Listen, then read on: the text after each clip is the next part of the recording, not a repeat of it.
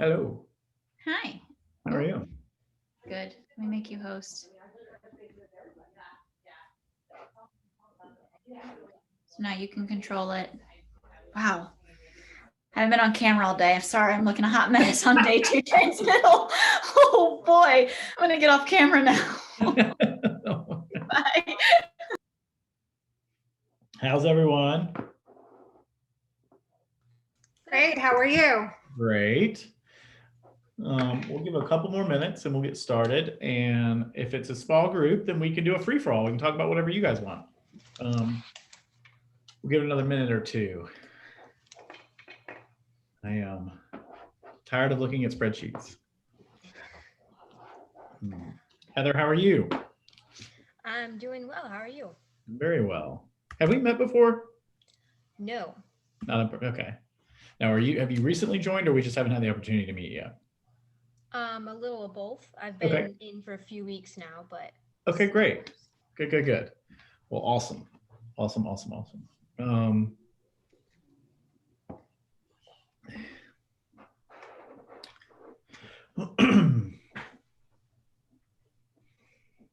say we'll go to 203, and then if nobody's here by 203, then Heather and Monique get to pick the topic. Well, given that I just got my inspection report, all right,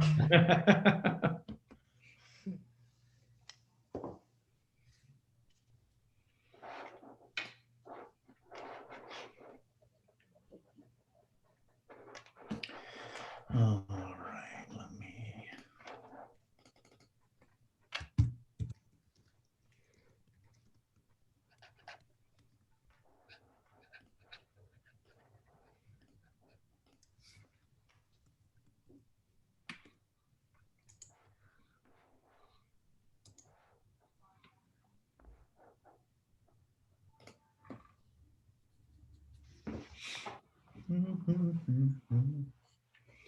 All right, so Heather, are you new to the business? yes. Okay. Well, let's see, Monique, you said you just got an inspection report. I did, but I'm happy I've been through classes and all of that. I just am looking for a refresher. Okay, cool. So let's do this. Why don't we go through just a general purchase and sale? Because I think that'll be good right now. Typically, the format on this is I literally just read through the contract. And what that typically does is reminds me of something that we just recently had happen. And we share that story so you can learn and kind of use that as an opportunity for you, should that ever come about. The thing that I always keep in mind is there's not much more important other than I would say one of the most important parts of your customer service as an agent is going to be being able to explain these contracts, right? It doesn't have to necessarily mean you have to be able to interpret them all the time. And there is a reason that I'm here, and that's to come to me should you ever get in a situation where you need that. But it is also, I always look at it from this perspective, is you're consulting with someone for their largest purchase, right, that they've ever done or sale they've ever done. So the more comfortable you are explaining the contract, the more comfortable they are signing the contract, right? So that's kind of the most important part. Now, Heather, are you working on a team or just by yourself? Just by myself. Okay, good, perfect. All right, so I'm going to start sharing my screen. Like I said, I tend to chat, so if you guys have any questions, just interrupt me. And so, as I've mentioned before, I normally just go straight to the, you should see Zip Forms Plus in front of you. Y'all see that? Okay, so this is basically the South Carolina Realtor site, right? And you could go there for the forms, and if I weren't logged in, it would ask you for your last name and your NRDS number. These are all the same forms in our DocuSign. Just for me, by habit, it's the easiest place for me to go. So I'm going to go down to Form 310, which is your purchase and sale. I call it a purchase and sale agreement. The technical word is the residential agreement to buy and sell real estate. And we'll bring it up. So zoom in. Can you guys read that okay? Perfect. All right, so paragraph one's pretty much your just identity paragraph and a couple of definitions that are made. It's a pretty easy part of it. Let me make sure I bring up that box so I can see it. Okay, fill in the blank, right? Now the question I always get here is if it's, do they have to match what's on the title? From a buyer's standpoint, that's not as important. Because a lot of times you could have, just for example purposes, you could have a married couple who one of them is negotiating, but both of them are going to be on the contract. So but for whatever reason, they chose that one of them was actually the one who was going to be negotiating. From a seller standpoint, it is really important that you have whatever is on the title, right? And a lot of times people will get that straight from the tax records, which is a good first start. In a perfect world, you'd get a copy of the title, right? Now, whether or not you have that or can get that if you're representing the buyer is a different story. So start with the tax records, and then again, use any opportunity that you don't have information, use any time that you don't have information as an opportunity to reach out and communicate, either to the listing agent, to the buyer's agent, an attorney, whoever it may be. And that way you can everybody get on the same page. Second part of paragraph 1 is simply just definitions, right? Who are the parties, the brokers, the closing attorney, which is selected by the buyer, does not mean that the seller has to use the same attorney. The effective date is the final date which the parties approve or come to final agreement on negotiations. So the number 1 effective date would be the date that you ratify the contract, right? Then the effective date for your inspection contingencies would be, when you agree on repairs, and so on and so forth. Good funds just talks about the money, time. Obviously, time is of the essence, which basically what this is, and I used to not think you'd have to spend a lot of time on this, but really since they took out the free pass, it basically is saying time is of the essence, right? So time is of the essence with respect to all provisions of the contract stipulating time, deadline, and performance period. Not long ago, the contract right before this, actually, we had what was everybody referred to as the grace period, where there was actually a blank that allowed you 5 days where you didn't need any sort of changing of verbiage if the closing date got pushed. They took that out and everyone's freaking out. I don't really understand why. But what that's telling me is everyone just kind of relied on that to allow it to overflow. And if it didn't close on time, we had a couple of days. If it doesn't close on time now, you have a dead contract, right? If you don't get the inspection on time, that contingency is dead. If you don't hit the deadlines, this paragraph this definition of time means it's dead, right? So it's just very important to understand that that's why they have that in there. This is where you would obviously disclose if the buyer or the seller is a licensed real estate agent in South Carolina. And then also where the buyers and the sellers would initial whether or not they have an agency relationship with the listing agent or buyer's agent, just as a disclosure effort on there. This is really the only time in the contract where there's any sort of acknowledgement or really any sort of acknowledgement by one of the parties of an agent being involved. The reason I point that out is because a lot of times when commission comes up or anything comes up, that's not part of the contract. The only part of this contract that has to do with the relationship between the buyers and the agents is really the disclosure that they understand what their relationship is with the agents that are representing the contract. Purchase price basically talks about where obviously the purchase price of the home. You're going to then disclose here what kind of funding they're going to get. Is it going to be through financing, a combination of financing and cash, which is what 99% of them will be, or if it's going to be a cash deal. If it is then a cash deal, the next part is whether or not the verification of cash is attached or is not. If you are representing the seller and you have a cash deal and it's not attached, then I would either request that it be attached or request that it be delivered sometime within a reasonable date, a couple of days. Again, pick up the phone if you get an offer that's cash and no proof of funds attached and just say, hey, Heather, I got your offer. Thank you so much. Wanted to see what a realistic deadline would be to get proof of funds because I know my sellers are going to want to see that. And that just starts the dialogue.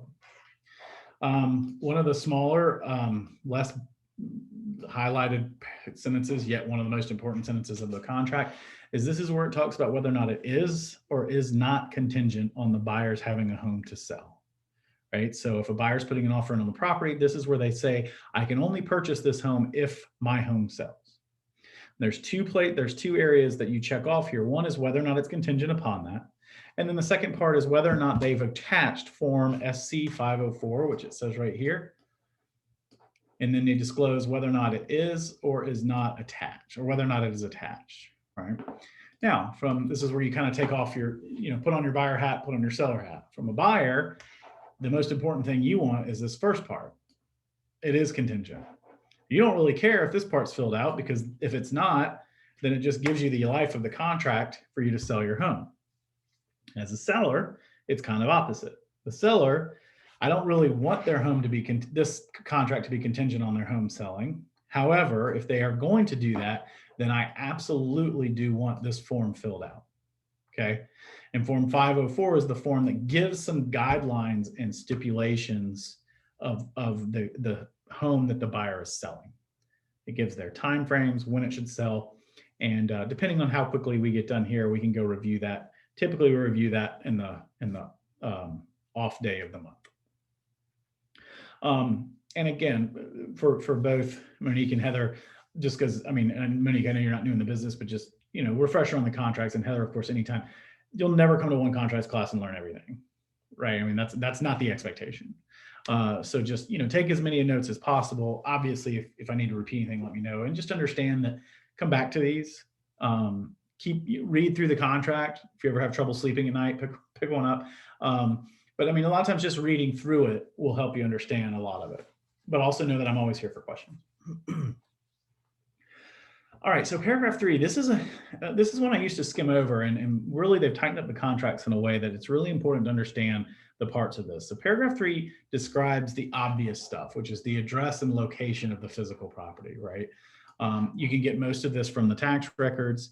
Your most important ones are going to be your address, your county, and your tax map number. Those are going to be kind of your big ones. Anything else you can put in there, please do. The thing about this to understand, though, is actually the verbiage behind this, because what this is seller will convey and buyer will buy for the purchase price any and all lot or parcel of land, appurtenant interests, improvements, landscape systems, fixtures, if any thereon, or future described in property below. Okay, so this is basically saying appurtenant interest. So it's anything on the land. That's important to know when we'll come back to when we get to the inspection contingency.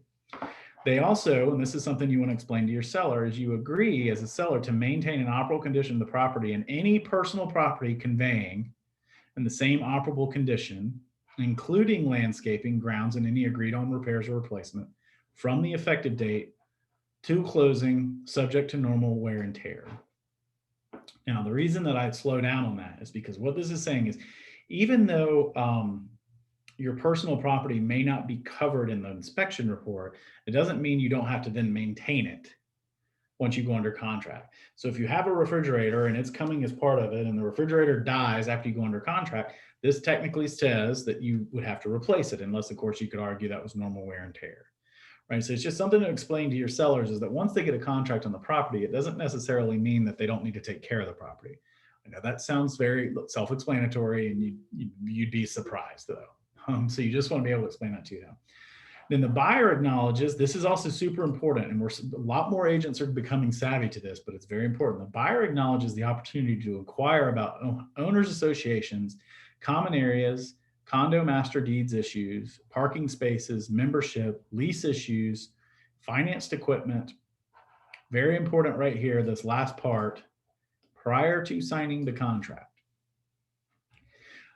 Couple of reasons that this is important is, as we get close, when we talk about the paragraph with the inspection versus repair, or repair procedure versus due diligence versus the other one, if they go one of the routes and they haven't done this research ahead of time, and then they find out something about the condo association, or there's equipment on there with financing they don't like a solar system, if you haven't protected yourself later in the contract, this paragraph is saying, as a buyer, your right and responsibility was to do that prior to submitting the offer. So just keep that in mind. I'll refer back to that when we get to the inspection period, but just something to keep in mind. And then last part, leasing issues and items and financed equipment, and then see adjustments, leases, vacation rentals, rents, deposits, everything. So what this is saying is that all of that will be adjusted if there are any deposits, any leases, or anything that's come in, that will all be adjusted and credited accordingly at closing. So for example, you're buying a home and you've got a tenant in there, and the tenant moves out halfway through the, if I could turn my camera on Tiffany right now, I would. She's literally sitting there making faces at me. And the tenant balks on their lease. Let's start this sentence over. All right, so what this is saying is, let's say they purchase a home and they close halfway through the month, and the tenant's already paid their rent. That rent will be credited back to half of the rent will be credited back to the buyer for the time that they lived in the home there. The first half of the rent, the seller already had. That's just a disclosure of the disbursements there. All right, jumping on to, oh yeah, sorry. One last part is the personal property that will transfer.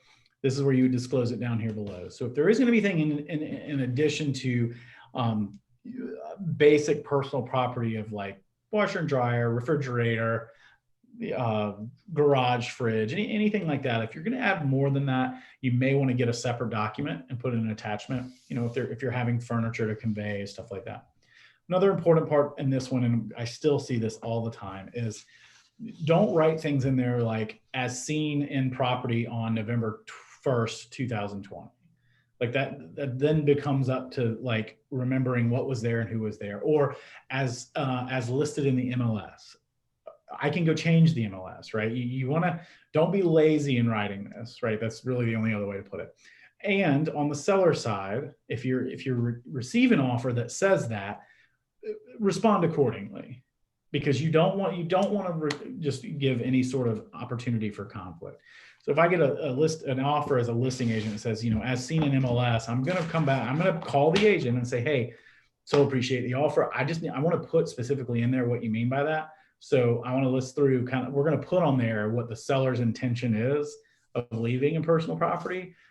And if you have some sort of difference in that, just let us know, because we're negotiating right now. Questions so far on page 1? No. All right. Jump to page 2. Page 2 at the top talks about your closing date, right? Going to close at 5 p.m. on or before whatever date. 5 p.m. If it does not close, you have a dead contract, right? If you don't get extensions, if something comes up in the walkthrough, we just had this before I went out of town. We had a walkthrough on a Friday morning. There was an issue that had happened, a mistake that the builder, or excuse me, the movers had actually broken something, and the seller was denying it, the mover was denying it, everyone was denying it, and nothing got signed prior to the contract expiring. Well, unfortunately, at that point, the seller was technically in default, because the seller had not maintained the property until closing, right, without current wear and tear. Now, of course, they didn't do it on purpose, right? However, it was the mover was their hired person, so that was kind of their representative. So the most important part of them would have been to at least say all parties agree to extend closing till Tuesday, December blank, whatever it is. You want to make sure you get it pushed out. It doesn't change the terms of the contract, but it does allow you time to go remedy anything that may have happened. Okay, so just keep that in mind. This is where the buyers can put exactly how they want their name on the contract. Quite honestly, that's going to be determined by the closing attorney. So the importance of this being, if this isn't filled out, it's not the hill I'd die on if I were in negotiations. Earnest money. This is always a fun one. So earnest money is part of a contract. It is not a required part of the contract. The 5 qualities of a contract we won't go into right now, but one of them, or the 5 requirements of a contract, the one that always comes up at this point is the one of consideration. That has to be, it's one of the 5 requirements for a contract to be valid. Earnest money is not consideration. Earnest money is a promise that you're going to perform on the contract, but is not required for the contract. Now, that being said, we have very few contracts with $0 in earnest money. So in this paragraph, how it's written is you're going to have a total amount of earnest money that you're going to provide when you make the offer. And then that's going to be delivered in 2 different ways, either accompanying the offer or paid by 6 p.m. on a certain date. Now, here's what we've seen a couple times of. If you're the buyer, I get it. you don't want to you don't want to have a check written every time you make an offer in this market, because if you miss out, then you've got to make sure that check, you get it back. And if you put an offer on a Carolina One house here, and then a Keller Williams house here, and an agent-owned house here, you got different earnest money. So what a lot of people are doing is they're saying that it will be delivered by a certain point. If that's the case, if a buyer is able to sign a contract, this is an opinion, this isn't etched in stone, but this is your broker's opinion. If a buyer is able to write a contract, a buyer is able to write a check, right? So I don't see any reason where if it's not going to accompany the offer, it can't be paid by the 6 p.m. the following day. What I don't like to see, particularly on the listing side, is today's Tuesday, and they say it's going to be paid Friday by 6 p.m. Between now and Friday, if that buyer defaults on the contract, they really have no skin in the game. I mean, technically you could say, hey, give me your earnest money so then I can keep your earnest money. But if a buyer is going to default and they don't have their earnest money turned in, then it's really kind of risky to do so. So, and this is straight from the South Carolina Realtors legal hotline. If a buyer absolutely cannot give earnest money until a certain date, it's their recommendation then for the inspection contingency that it be due diligence, because at that point it's hard to lock them into anything else until they've turned in their earnest money. Again, as the buyer's agent, I would just encourage them to go ahead and get it in. As the listing agent, I won't right away. It's not too much of a contentious negotiation. Anytime we've asked for that to be shortened up on the listings, I should say 9 times out of 10, the buyer's agent gets it. Sometimes they build a buffer date in here for negotiations, and they'll say, if they submitted the offer today, they'll say Thursday by 6 in case we go into tomorrow for negotiations. And if I know we're close to ratified, I'm going to change that till, the same day or the next day at the latest. They also disclose who's going to be holding the earnest money. Just as a reminder, Keller Williams does not hold earnest money. So if you are representing the buyer, 9 times out of 10, what would happen is you would have their law firm, whatever firm. Some listing companies, Carolina One holds earnest money. So I think Agent Owned does as well. A lot of firms are getting away from it. We did, thank goodness. So just keep that in mind as you're negotiating a contract. Okay, so this paragraph here, this is an important paragraph, which is why it's in all bold. I'm not going to read through the details of it, and you're welcome to do so, but here's the deal. This is basically saying, and it's important you explain this to your buyer and your seller, because earnest money says here, I promise to perform on the contract, and if I don't, I'll give you the money. What everyone needs to understand is, even if it's crystal clear, black and white on the fact that the other side defaulted on the contract, the escrow agent cannot release the earnest money without an agreement authorizing the distribution, right? Which is what it says really on the third line right here, an executed agreement. And that can come into a couple of different ways. The form 518 or 517, which is the notice of termination or the release of earnest money, or a mediation agreement. The reason that I kind of pause and say you should spend some time on it is you'll have a couple of times, and we have one right now, where the buyer literally 2 weeks before closing said, I'm out. They're trying to get out of the contract on a technicality. It's blatantly obvious. We represent the seller. It's blatantly obvious that the buyer was in default, but we cannot do anything about the earnest money. And the seller doesn't understand. It took him a while to understand it. He understands it now, but had we explained it a little better up front, his expectations would have been different. It wouldn't have made him any happier that the buyer defaulted, right? I mean, that's the goal, is not to win the earnest money. The goal is to close. But just make sure that you understand, that you explain to them that, yes, it's a promise, but because it is escrow, meaning it's other people's money, the escrow agent can't simply release it without everyone's agreement.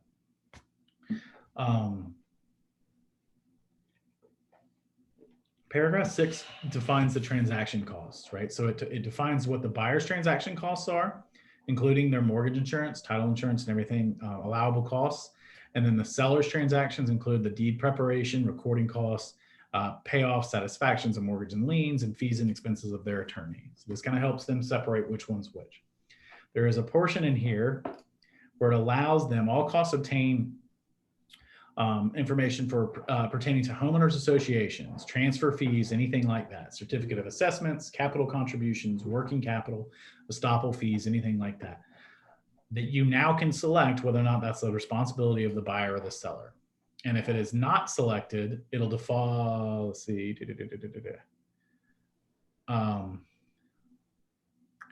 if box is not checked, then these will be added to the seller's transaction costs, which is the last sentence. So it's important to know they don't really have a gray area in this anymore. Now, what I will tell you in this paragraph, and what has happened a couple of times, is if you're representing a seller, don't let them automatically assume that there are no fees just because they didn't pay any fees when they moved in, or they think it's not. You want to make sure, and I don't personally recommend that you contact the HOA. I would have the seller do so. I do this part of your listing presentation, and just make sure that they know, because we've had this happen where we got an offer. We wanted to negotiate a couple other things that were more important. We decided not to negotiate this one because the seller's like, you know what, let's not push on this one, because honestly, if we have to pay for the certificate or the estoppel fee, which is normally a couple $100, no big deal. Well, what turned out is within the last couple months prior to that, their HOA had voted in a capital contribution fee that they didn't know anything about. So now go to closing, there's a capital contribution fee. $600,000 house is about $2,000, right? It's going to kill the deal? No. Is it disappointing to the seller? Absolutely, right? So it's important as part of your listing presentation, make sure that you have them research that. And then if you research it, make sure you get it in writing from the HOA that there are no other fees or anything, or if there are fees, what they are. Next part of paragraph 6 basically talks about where the seller will pay for a portion of buyer's closing costs. This is something that just, I am constantly surprised at how few sellers expect this. And I don't know if it's just because they bought a home in a market that this wasn't an option, or they just completely forgotten. But just make sure in your listing presentation, when you're pricing, do your research to know whether or not it's going to be common for a buyer to ask for closing costs. Because what'll happen a lot of times is Mr. Seller's super happy because they get a full price offer in their house. And then here they're asking for $5,000 in closing costs, and the seller's just appalled. Like, why would I pay their closing costs? That's just ridiculous, right? Just the concept of their closing costs is ridiculous to them. It's not ridiculous, right? I mean, money is so inexpensive right now. I'm going to ask for the seller to pay as much as possible so I can keep cash on hand. And if I have to, if I finance an extra $5,000 at 2.5%, what's the big deal? So just make sure you explain that ahead of time. And then when you get the offer, you can say, good news, we got an offer at $250 and they're asking for $5,000 in closing costs. So basically we got an offer at $245. 9 times out of 10, the buyer would prefer that you counter on the price, not the closing costs. So if you want to pay the closing costs, then we can up the price to $255 and it nets you the same thing. So just make sure you're comfortable explaining that to them. Now, the other thing that I will say is be confident, or I shouldn't say be confident, be aware of how the home is priced. Because let's say that situation happens. You get an offer for $250, they want $5,000 in closing costs. And your seller says, well, I want to net, we got this offer on the first day, first offer. If I'm going to take my home off the market, I want full price. So I'll give the closing costs, but I want $255. Buyer's more than likely going to accept that. However, if there's a risk that the home doesn't appraise, which we'll come back to, then your seller's going to be caught in a situation where they're going to have to make a decision in a time crunch that's really they're going to kind of lose their leverage a little bit. So in this market right now, we're starting to see a little bit more of it, where sellers are pushing it a little bit.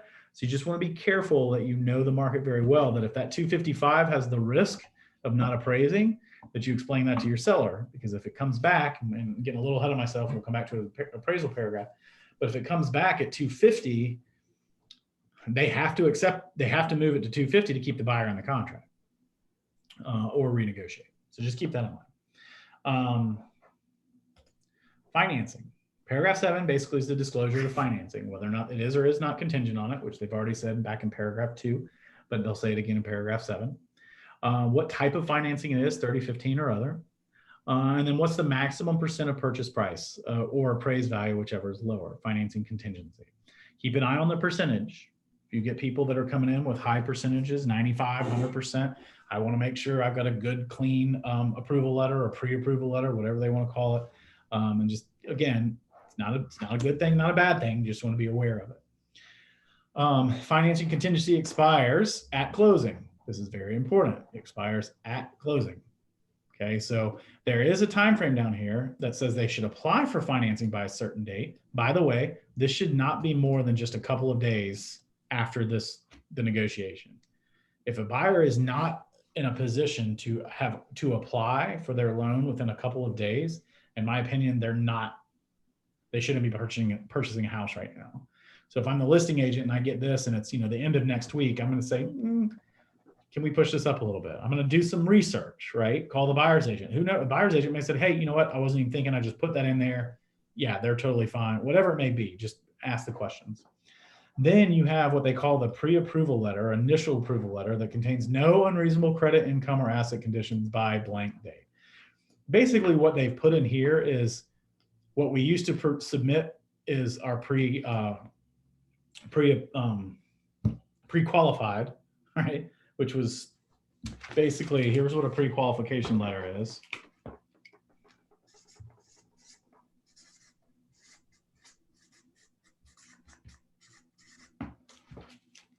You are qualified. That was pretty much the value of a pre-qualification letter. That's kind of what this first part is now. And then they say you can do it's a pre-approval letter by this certain point. Now, again, it can't have unreasonable credit, income, or asset conditions. So if they still need to pull, their credit, or they still need to verify certain things, that wouldn't count. That all has to be done before these conditions. But understand, at the end of the day, financing contingency expires at closing. Okay, so that's what you need to keep in mind. Now, where we are seeing people get out is, we've had buyers who say, well, my financing contingency I didn't get financing, and the sellers are now going after whether or not they applied in time. And we have one right now where, unfortunately, it was down the road when the buyer finally found out they just could not get lending. They had done everything, they applied in time, everything there. However, there was some verbiage on the application that said there were missing documents. So then the buyer or the seller went after them saying, well, they didn't apply on time. So this is a good example of why you cross your T's and dot your I's, right? It's just to make sure that all these deadlines are being followed. Final loan approval occurs when lender funds the loan. The buyer changes their lender during the financing period. They must notify the seller within blank calendar days. I don't see why this should be any more than 2 or 3. Once you've committed to changing the lender, you might as well commit to telling everyone else. It's a super important part if you're representing the buyer. Absent written approval from the seller, buyer cannot change lenders if the closing date agreed in paragraph 4 will change as a result. So if you have a buyer that says, you know what, I've got this pre-approval letter from ABC Financing, let's submit that, and then I'll go interview Keller Mortgage. Fantastic. I think you'll get a better rate with Keller Mortgage. Here's the problem. If we go under contract and then you switch from ABC Mortgage to Keller Mortgage and it changes your closing date, then you can't do that. The seller does not have to change the closing date. They can say no. So just keep that in mind. And then the last part would say lender may change, that you'd name the lender here, and then it's a disclosure whether or not it's an FHA, a VA, conventional, seller financing, and then additional financing terms attached. If it's FHA or VA, you do want to make sure you have the forms that are attached, and that you do explain to your sellers that in that there may be there may be extra work that could come up on the FHA or VA appraisal that may not have been a big deal to the buyer for the inspection, but may be a big deal to the lender for the appraisal. You're not required to do it, but if you don't, they don't get financing, then it may not close. So just want to keep that in mind. All right, so let's take a breather. Questions so far? I don't think so. Okay.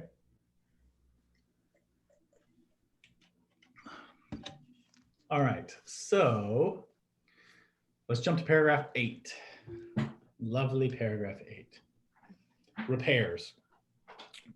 So we're going to work through these backwards because there are 3 different types of ways that you can address repairs on a house. And they start with the most complicated and go with the easiest. So I'm going to start with the easiest and work backwards, okay? The 3 types are what we call repair procedure, due diligence, and as is, okay?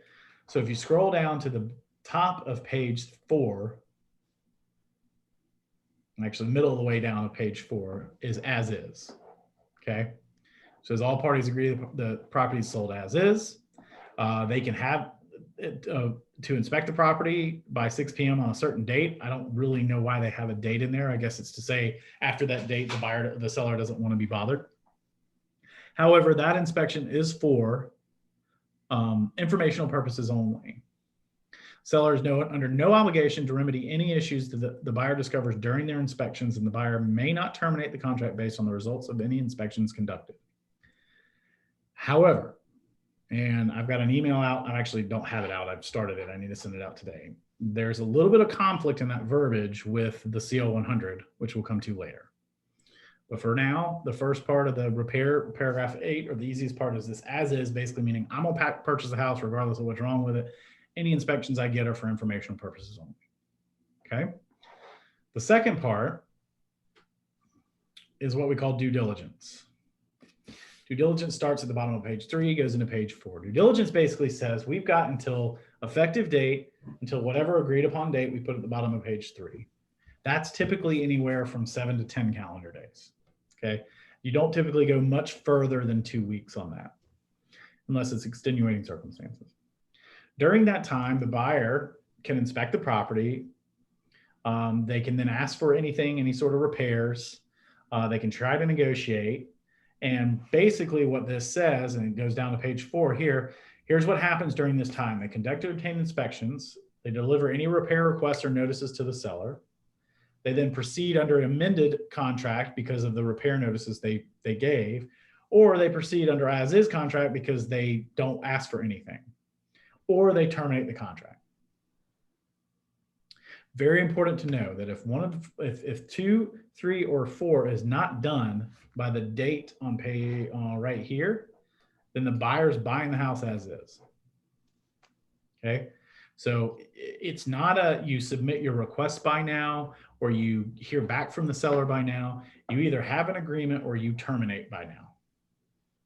Otherwise, if you don't, you purchase the home as is. There is room for a termination fee, which we are starting to see become more of the norm. And I don't think it's abnormal now, because what's happening is people are saying due diligence. Their sellers don't want due diligence because it's a hot market. The buyers don't want to lock themselves up in a house that's already telling them what they will or will not be able to fix. So if I'm a seller that's going to accept a due diligence, I'm going to ask for a termination fee.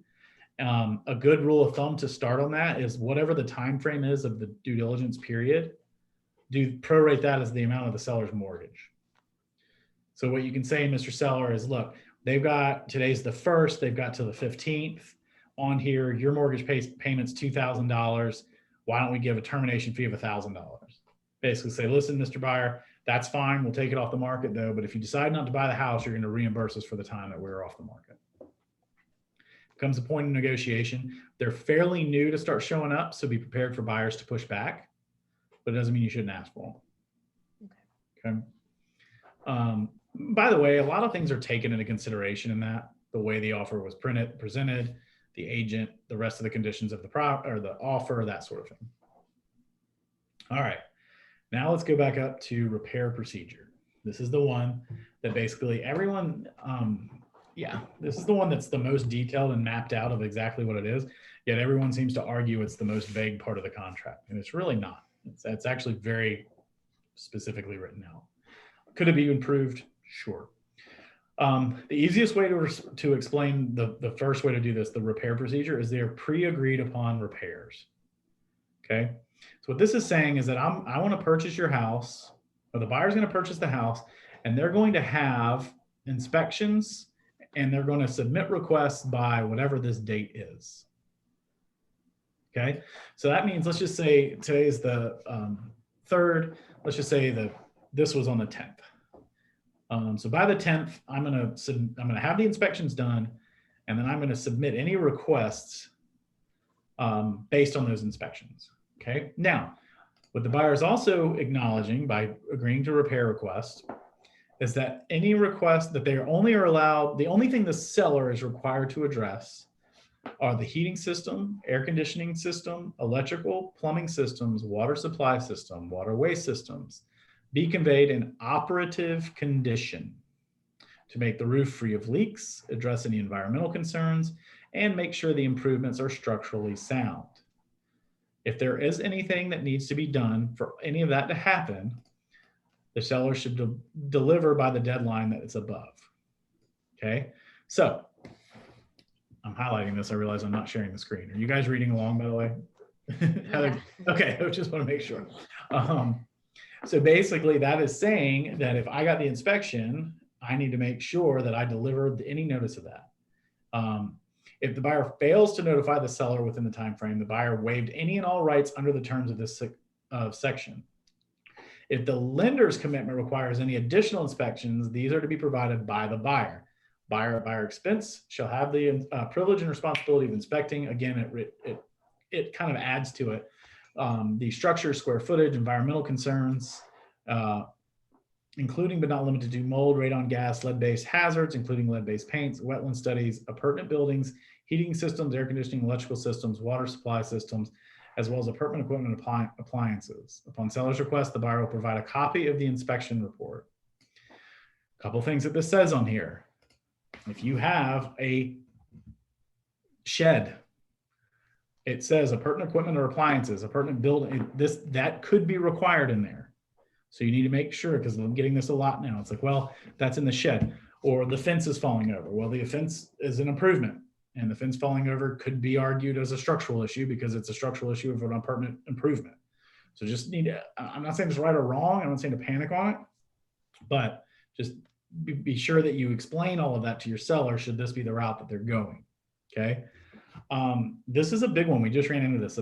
Upon seller's request, buyer will, not shall, not may, will provide a copy of the inspection. We just had one, repair procedure. Buyer's agent just sent an email, said, hey, we got the inspection done. Buyers want to terminate. And they wouldn't send them the inspection report. And the agent, the buyer's agent, who I know very, very well, very, very well-versed, savvy agent, just a lot of people miss this sentence. He's like, listen, I'm not obligated to send you anything, neither is the buyer. They actually are.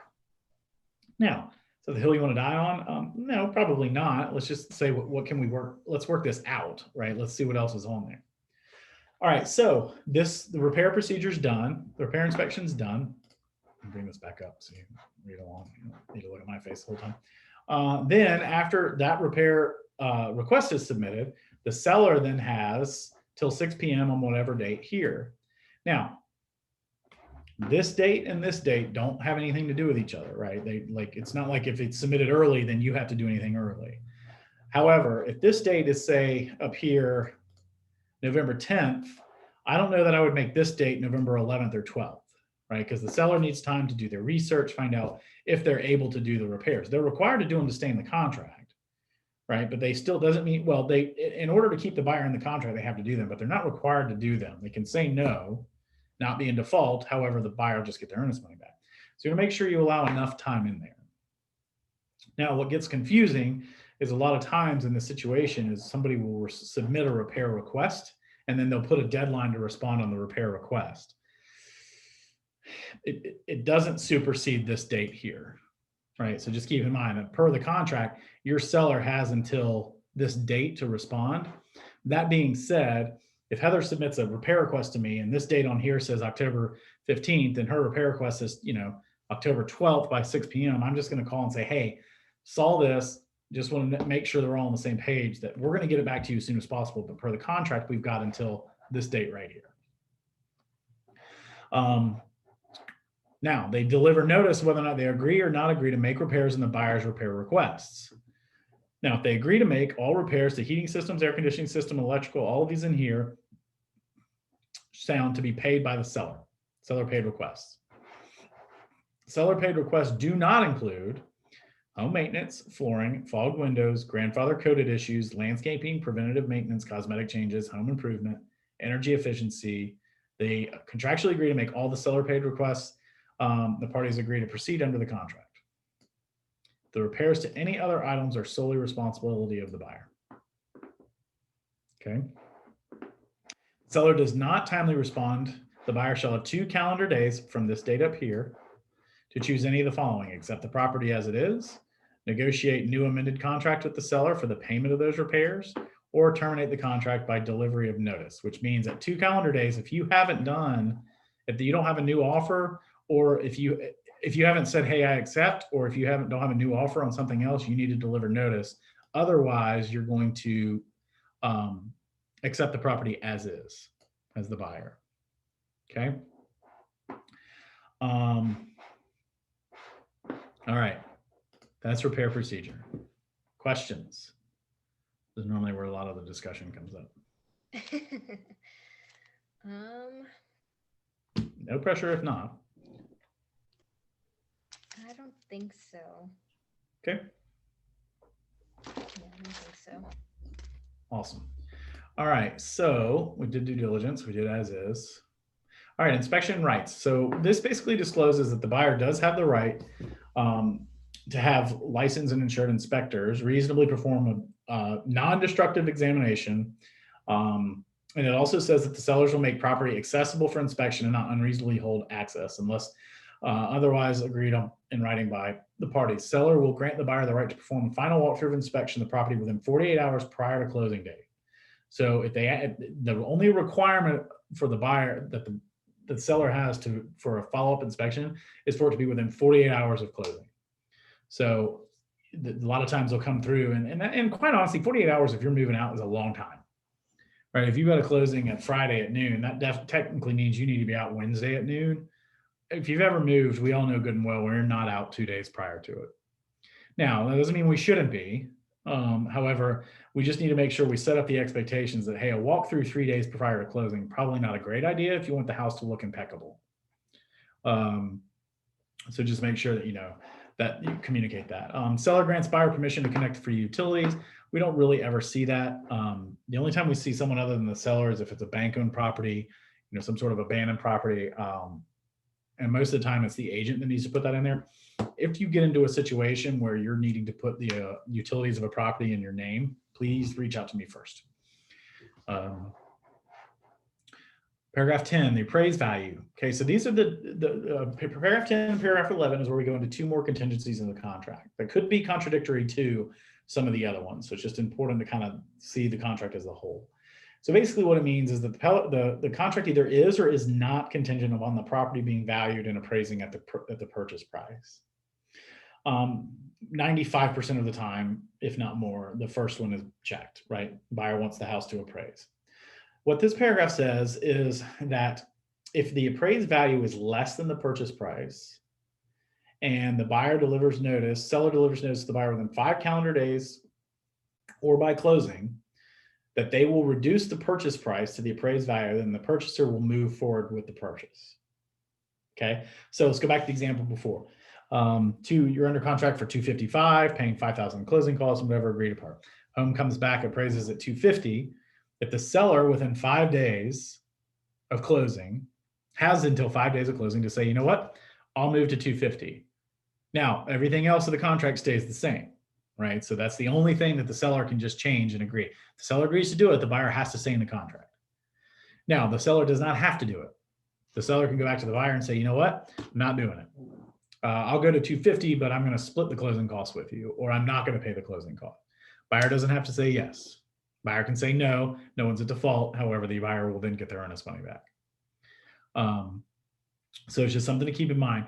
It's risky. A lot of people are saying, well, if it appraises and comes in, from a buyer standpoint, they're saying, well, if it doesn't appraise, then the seller needs to lower their price. They don't always necessarily will, or they won't all necessarily will. I don't like it from a seller standpoint. We just had this in negotiating with a seller client of, they wanted to push the price to collect more in closing costs. And I just explained the market to the seller, and the seller was like, look, I don't want to be 2 weeks out from closing and then have to be forced to make a decision that not only am I going to lower my price, I still might have to pay the closing costs in order to keep the buyer in there.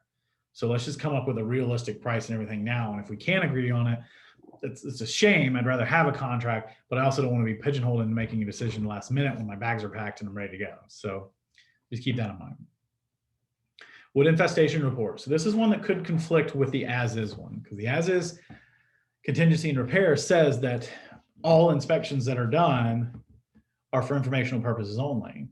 Challenge is this paragraph specifically says that if it says that it is or is not contingent upon the buyer or the seller having the property inspected at their expense. If you're representing the buyer, I would recommend you have your buyer hire someone to do it. It's not a very expensive inspection to have. And then selected by the buyer or seller, same thing. Whoever did that, buyer or seller, should deliver notice to closing, a CO 100 infestation report dated no earlier than 30 days prior to the closing and no later than blank calendar days prior to the closing. This is very important. If this is 15 days and you get it at 10 days, you could be at risk of not being able to uphold the seller having to fix the repairs that are in there. Now, if it's not a conventional loan, the seller will more than likely have to do so. So don't try to play the game. But basically, it's saying if anything comes up in the wood infestation report that doesn't clear it, and I'm going to jump down to the second paragraph now. It basically says if the seller does it, you have to stay, right? The seller drives the bus on this one. So if you come back and say, hey, there's wood rot and you need to fix it to clear it, and the seller says, okay, then the contract moves forward. If the seller says no, then the buyer can either renegotiate or accept the terms or terminate. If the seller decides not to make those repairs, then the buyer's not obligated to purchase the property. From a buyer's standpoint, it is important that you explain to them that where it may be contingent upon this, if the seller does agree to make the repairs, the buyer has to continue on with the contract. And we've had this happen recently where, you get somebody who moves in from, the Midwest or somewhere that's dry and not 400% humidity in August, and they do the inspection and they've got moisture readings at a super high level, evidence of past termites and all these things, which, I've lived in the low country for 20 plus years, don't bother me, but freak that person out. And maybe there is some damage, but the seller's like, hey, a couple $1,000, I get that damage fixed, then I'm good to go. So just make sure you explain that to the buyer. Best way to explain that to a buyer is in your buyer consultation. Whoops, a daisy. That is not the way that I needed that to go. In the buyer consultation, one of the ways to explain that is, Mr. and Mrs. Buyer, there are 3 types of homes in Charleston: ones that do have termites, ones that do not have termites, and ones that will have termites. So just keep that in mind. It's just the market you've moved into. Okay, so most of the rest of it, with a few exceptions, is more of a disclosure part, disclosure parts of the contract. Paragraph 12 says a survey title examination that we recommend that they have the property surveyed. Expect is an elevation survey, wetlands, any of that, but they don't have to, right? So, but we do recommend that they do it, and it would be a lender or buyer's option shall be assigned to the buyer with permission to carrier and premium prorated to closing. So saying they need to do their research as it relates to insurance. And if they are assuming any of that insurance, it will be prorated at closing. If the home is in a flood insurance or in a flood zone and does have flood insurance, 9 times out of 10, that's transferable. Best to get that information ahead of time. So when the buyer finds out about it, you can simply say, Mr. Buyer's agent, here's the policy, here's what the transfer fees are, have everything ready to go. Paragraph 13 says anything that's within the contract survives the contract, which basically means if the home closes and you haven't performed on a certain part of the contract, you're still required to do so. Closing's your only leverage, though. So if you're the buyer and the seller still needs to paint the door red or whatever it may be, I would want them to perform before I closed. Okay. Jump back on. All right. So paragraph 14, this is the home warranty paragraph. This is where it talks about whether or not it is attached, who it's ordered by, how much it will be, who it's paid by, and then what type of home warranty it is. This also gives full disclosure that you're not required to purchase a home warranty. And if you do, there is possibility that we may receive, that some of the brokers may receive compensation by you doing so. But you're free to either not purchase one or purchase one from whatever company you want. Disclosure that hopefully 100% of Keller Williams agent, but probably a large portion of agents should have been disclosing anyway.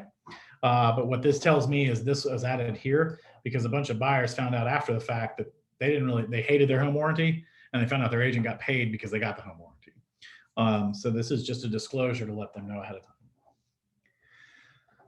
Fire, casualty, or injury. God forbid something is to happen to the home while it's under contract.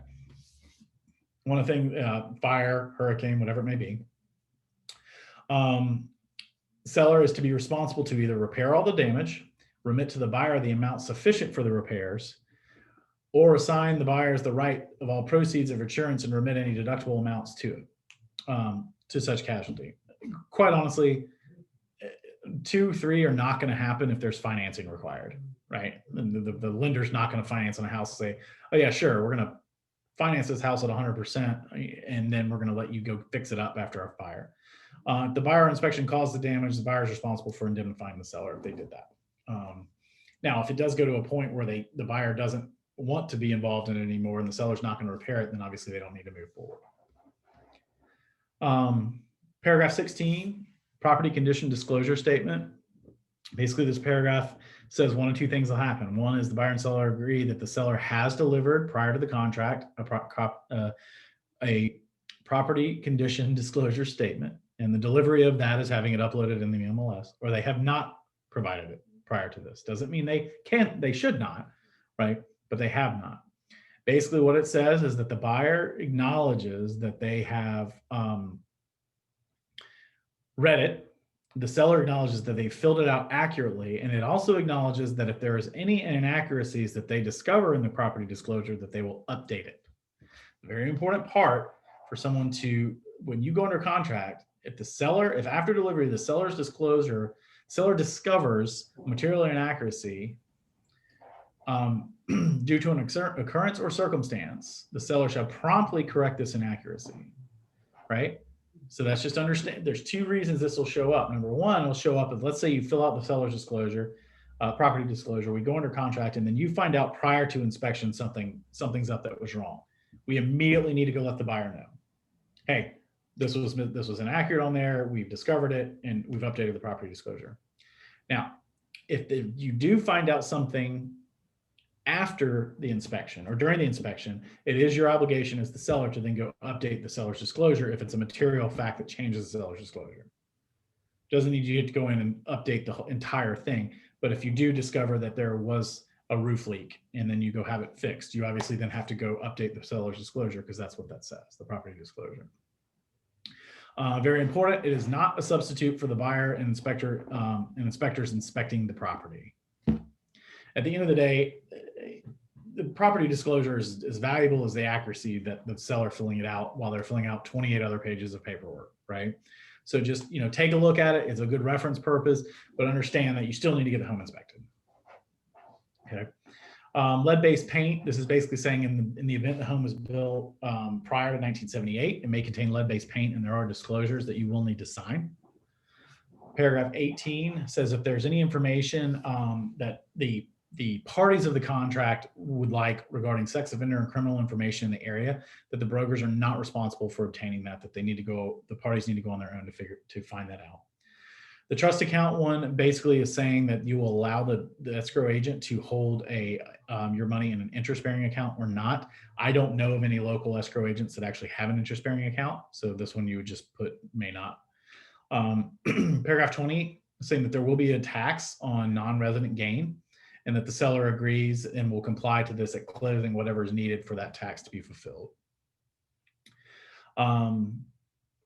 Paragraph 21 is small but fairly important. It says parties agree that the contract expresses the entire agreement between the parties and that there is no other agreement, oral or otherwise, modifying the terms. This contract is binding on all parties and principals, heirs, personal representatives, successors, and assigns. Illegal provisions are severable.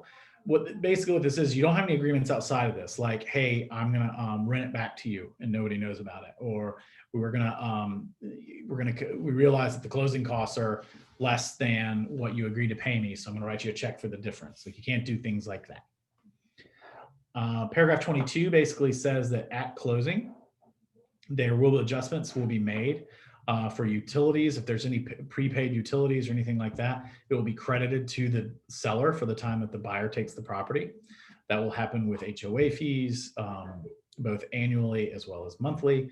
Your taxes will be prorated. Any rents, deposits, fees, anything like that will all be prorated. The closing attorney will make those prorations based on the available tax information deemed reliable by the closing attorney. So these are all things that, you know, you will be able to review, Mr. and Mrs. Buyer or seller, prior to closing, but this is what it will be, what it will look like.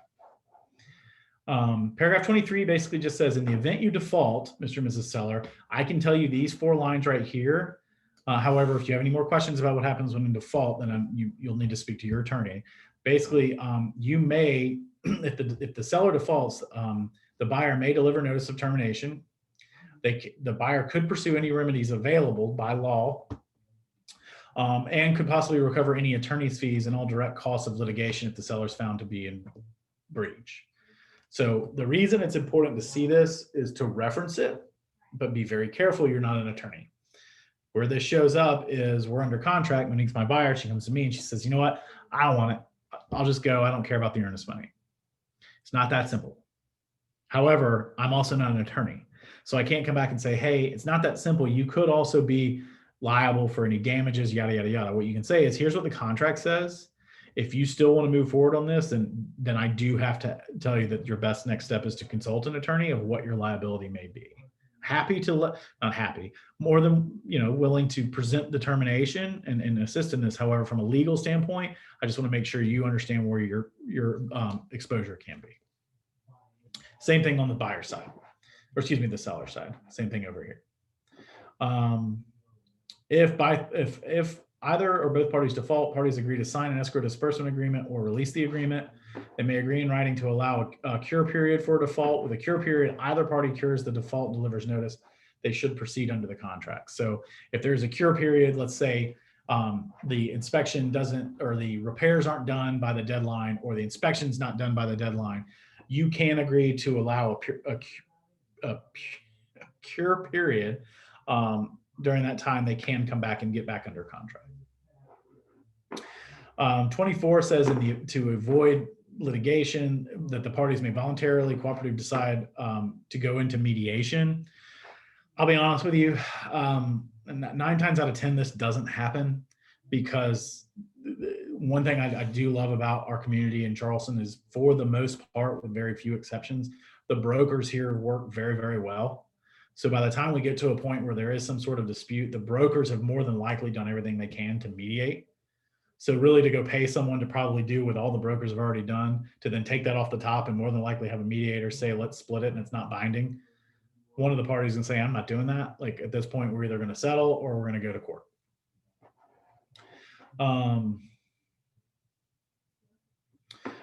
25 is always a fun, but honestly, 25 and 26 are really the, I shouldn't record this.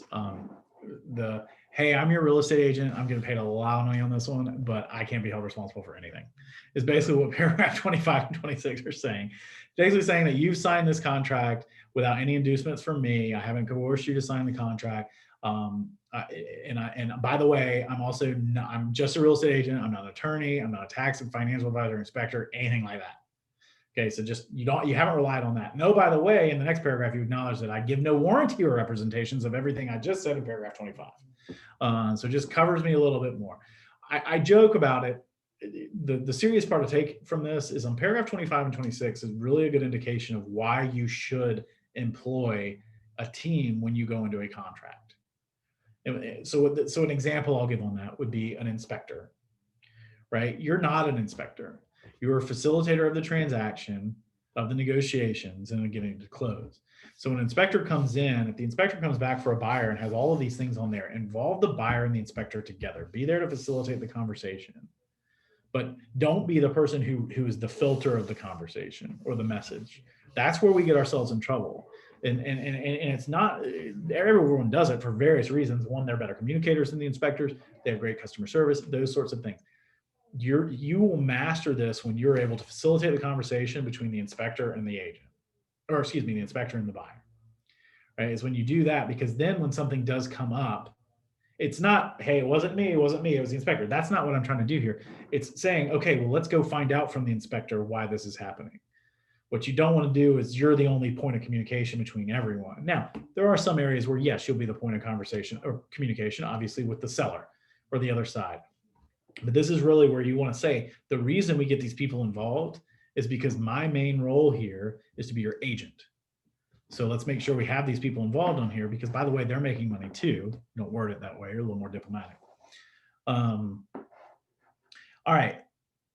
Paragraph 27, broker's compensation, basically says the closing attorney will use the settlement funds to collect and disperse the broker's compensation. And just everyone knows that the party agreed to retain a law firm to hold the escrow, and they're only allowed to dispute the broker's compensation as agreed upon, and that compensation is negotiable, and you have consented to pay the compensation. Mainly really mainly focused on the seller. 28 is where you would have any other attachments or contingencies. It identifies some that are in here, these different forms, 390, 391, all the way up.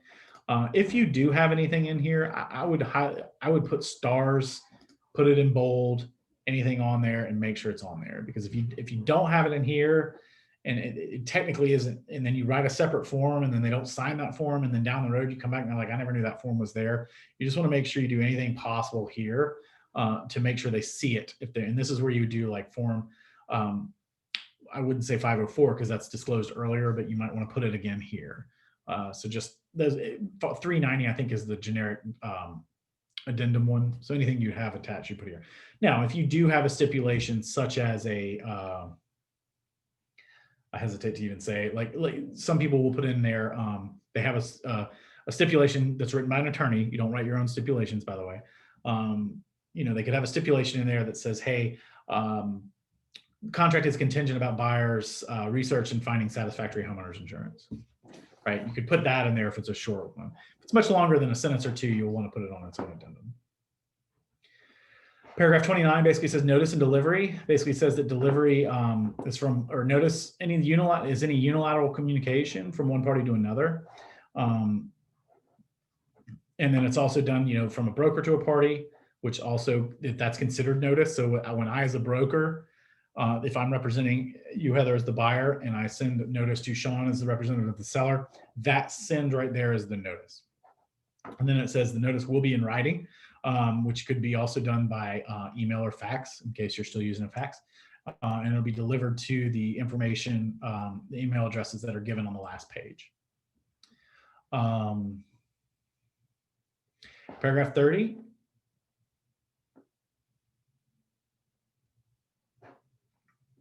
Basically says that parties are advised to understand the audio-visual surveillances may have occurred in the property. And if so, it should have complied with state and local and federal laws.